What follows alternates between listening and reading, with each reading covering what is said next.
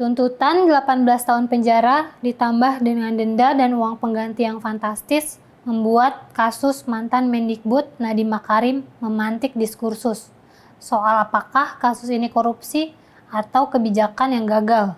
Kita lihat dari kerugian negara yang ditimbulkan dan membandingkannya dengan kasus mega korupsi lainnya di era pemerintahan Presiden Jokowi. Harga Chromebook disebut ketinggian, jauh dari perencanaan.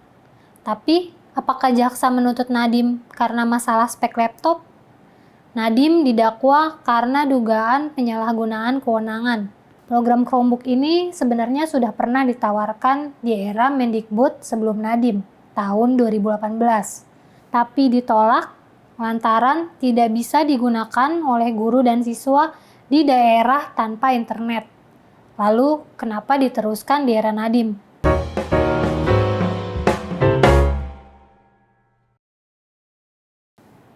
Halo Sobat Media Indonesia, jumpa lagi dalam The Editors. Tuntutan 18 tahun penjara ditambah dengan denda dan uang pengganti yang fantastis membuat kasus mantan Mendikbud Nadiem Makarim memantik diskursus soal apakah kasus ini korupsi atau kebijakan yang gagal. Kita lihat dari kerugian negara yang ditimbulkan dan membandingkannya dengan kasus mega korupsi lainnya di era pemerintahan Presiden Jokowi. Yang menarik, salah satu jaksa penuntut umum dalam perkara Nadiem ini juga pernah menangani salah satu kasus mega korupsi di negeri ini. Masih ingat kasus Ketua DPR Setia Novanto?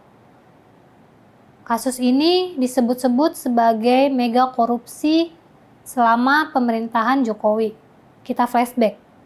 Pada 13 April 2018, jaksa menuntut Setia Novanto 16 tahun penjara dengan denda 1 miliar. Ia disebut menerima uang sebesar 7,3 juta US dollar atau sekitar 1 triliun.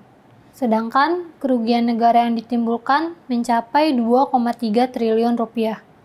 Tuntutan jaksa ini terhadap Setia Novanto lebih rendah dari Nadiem. Majelis Hakim memvonis Setia Novanto 15 tahun penjara dan denda 500 juta rupiah. Ia terbukti memperkaya diri sendiri dengan bisa dibuktikannya aliran uang dan sekaligus juga mengintervensi proyek EKTP. Lalu bagaimana dengan kasus Nadiem? Kerugian negara yang ditimbulkan dalam pengadaan Chromebook dan CDM ini totalnya mencapai 5,26 triliun. Harga Chromebook disebut ketinggian, jauh dari perencanaan.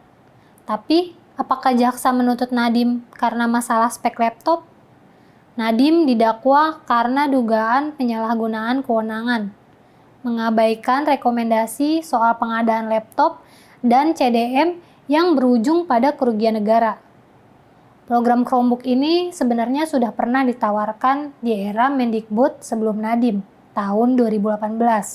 Tapi ditolak lantaran tidak bisa digunakan oleh guru dan siswa di daerah tanpa internet. Lalu, kenapa diteruskan di era Nadiem? Nadiem mengaku tidak ikut terlibat hingga menentukan spesifikasi teknis. Tidak ada notulensi yang menunjukkan bahwa dia memutuskan spesifikasi akhir pengadaan itu. Tapi di keterangan lain yang disampaikan kuasa hukumnya, Chromebook dipilih alih-alih Windows karena sistem operasi Chromebook OS ini gratis dan aman. Selain lebih hemat, efisiensi mungkin jadi faktor pertimbangan.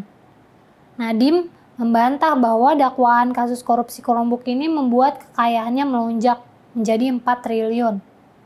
Dia menjelaskan harta kekayaannya ini berasal dari perusahaan yang bisa dibuktikan lewat transaksi keuangan. Nadiem bukan pejabat yang berurusan langsung dengan anggaran atau tender. Lantas, siapa yang diuntungkan?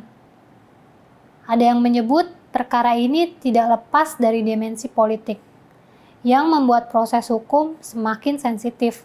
Ditambah lagi, kasus ini masih ada saksi kunci yang belum dihadirkan dan diperiksa. Mantan staf khusus Nadiem, Junistan, kabur. Dia jadi buron. Penegak hukum belum menggali seberapa besar perannya di kasus ini. Keterangannya padahal bisa jadi tumpuan jaksa dan hakim untuk mengusut perkara ini terang benderang. Tapi nasi sudah jadi bubur. Sebagai orang yang ada di pucuk pimpinan sebuah kementerian, Nadiem punya kewenangan besar. Apalagi dia mantan CEO startup. Harusnya tidak membiarkan tata kelola lemah dalam pengadaan barang dengan nilai triliunan rupiah. Apalagi itu pakai uang negara. Kasus Nadiem menyedot perhatian publik karena bersentuhan dengan sektor pendidikan. Proyek transformasi pendidikan dengan nilai triliunan rupiah. Angka yang luar biasa. Ditambah lagi, Presiden saat itu, Jokowi, mendukung penuh. Dia secara terbuka mendukung Nadiem, bahkan optimistis bahwa pendidikan bisa ditransformasi dengan digitalisasi. Nadiem berhasil mengembangkan startup dengan sukses. Ia kemudian bergabung dalam birokrasi. Perkara ini tidak bisa dibaca hitam putih.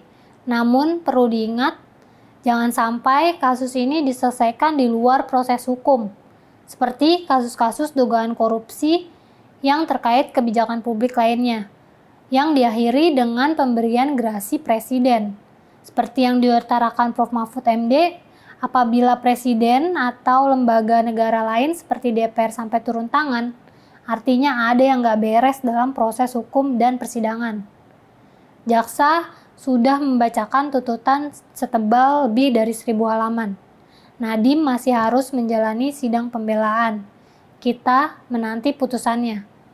Korupsi bukan hanya soal kerugian negara, tapi juga sebuah dugaan tindak pidana yang harus dibuktikan unsur kesalahannya dan perbuatan melawan hukumnya. Majelis Hakim diharapkan objektif, memutus tanpa tendensi opini publik ataupun narasi pemujaan figur. Meskipun ada kekhawatiran bahwa perkara Nadiem ini berpotensi mengganggu investasi dan menimbulkan ketakutan investor, persepsi ini jangan sampai mengganggu intervensi pengadilan. Harus ada kepastian hukum, selain kerugian negara, perlu juga dilihat soal ada atau tidaknya mens rea atau niat jahat. Sehingga publik bisa melihat korupsi yang diawali niat jahat atau memang ada kebijakan publik yang salah mengabaikan prinsip good governance, meskipun niatnya baik. Seperti yang diutarakan banyak ahli, pemidanaan seharusnya menjadi ultimum remedium, opsi terakhir ketika instrumen hukum lain tidak memadai. Kita berharap majelis hakim ini bisa profesional, memastikan keadilan, kepastian hukum, dan efektivitas pemberantasan korupsi agar kasus ini tidak terjadi lagi.